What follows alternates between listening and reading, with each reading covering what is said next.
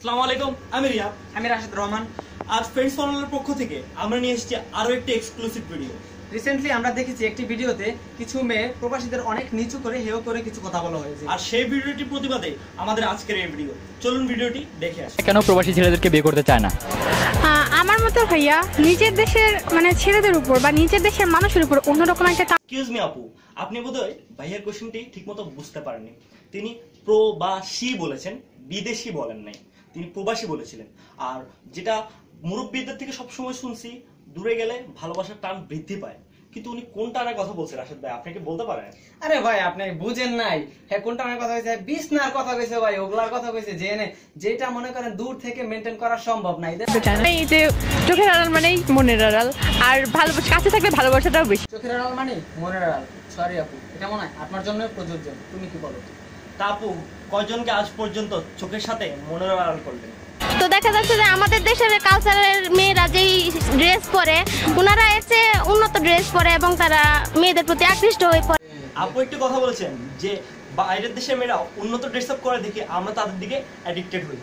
সত্যি কি তা সত্যি? আপনি একটু যদি পরিসংখ্যান ঘাটেন, বাংলাদেশের মাত্র 10% থেকে 15% প্রবাসীরাই যারা বাইরের দেশের মেয়েদেরকে নিয়ে সেখানে সেটেল হয়ে যায়। বাকি 85 থেকে 90% ছেলেরাই দেশে এসে দেশি মেয়ে বিয়ে করে। তো আমি আপুর কাছে প্রশ্ন করবো যে আপনি কিসের ভিত্তিতে এই ধরনের কথা বলেন?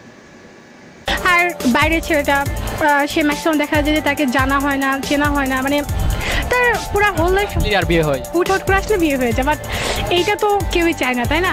যার সাথে সারাটা লাইফ স্পেন্ড করবে তাকে তো আগে থেকে ভালোভাবে জানতে হবে। আর এই জন্যই মেইনলি আমার যেটা মনে হয় প্রবাসী ছেলেদের মেয়েরা, আমার মতে এটা। এই যে আপু বললেন যে চেনা জানার কথা, আপনি তো চুজ করে নিচ্ছেন আপনি আপনার বয়ফ্রেন্ডকে বিয়ে করবেন। এমন হতে পারে না আপনার অ্যারেঞ্জমেন্ট হতে পারে না? আপনার ফ্যামিলি অবশ্যই একটা ছেলেকে আপনার জন্য চুজ করতে পারে, সে বিদেশি না হোক। তাকে কি আপনি চিনবেন, নাকি 2-1 রাত বিছানায় কাটিয়ে তারপর ওনাকে চুজ করবেন? তা তো করবেন না নিশ্চয়ই। আর চেনা জানা যতটুকু বিষয়, বিদেশ থেকে এনে মাত্র আপনাকে কেউ বিয়ে পড়াই দিচ্ছে না, আপনাকে 6-7 দিন টাইম দিচ্ছে ওই ছেলেটাকে চিনবার জন্য। আর সবচেয়ে ভালো বিষয় যেটা, আপনার একটা অবশ্যই প্যারেন্টস আছে এবং ওনারা আপনার জন্য রাইট ডিসিশনে নিবে, কারণ প্যারেন্টসরা সবসময় সন্তানের জন্য ভালো কিছুই খুঁজে। তো প্যারেন্টসের উপর আশা করি কিছু আপনার মন্তব্য থাকবে না। আর সবচেয়ে বড় কথা হলো যে বাংলাদেশের রিলেশনের প্রেক্ষিতে যদি আপনি দেখেন, অ্যারেঞ্জ ম্যারেজগুলাই বেশি দিন টিকে আছে। তবে আপনি কোন চেনা জানার কথা বললেন আমি ঠিক বুঝলাম না। রাশেদ ভাই, আপনার কি মত?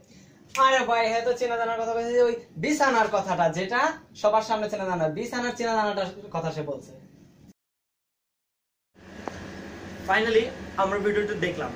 আশা করি যেসব মেয়েরা এখনো প্রবাসীদের সম্পর্কে এমন ধারণা পোষণ করেন তারা তাদের উত্তরটি পেয়ে গেছেন। যদি না পেয়ে থাকেন তাহলে প্লিজ ভিডিওটি আরেকবার দেখুন।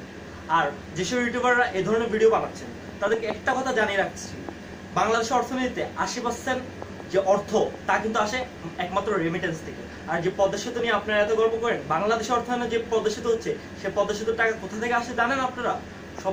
প্রত্যেকটা পিস অফ মানি শুধুমাত্র প্রবাসীরা যোগান দিচ্ছে।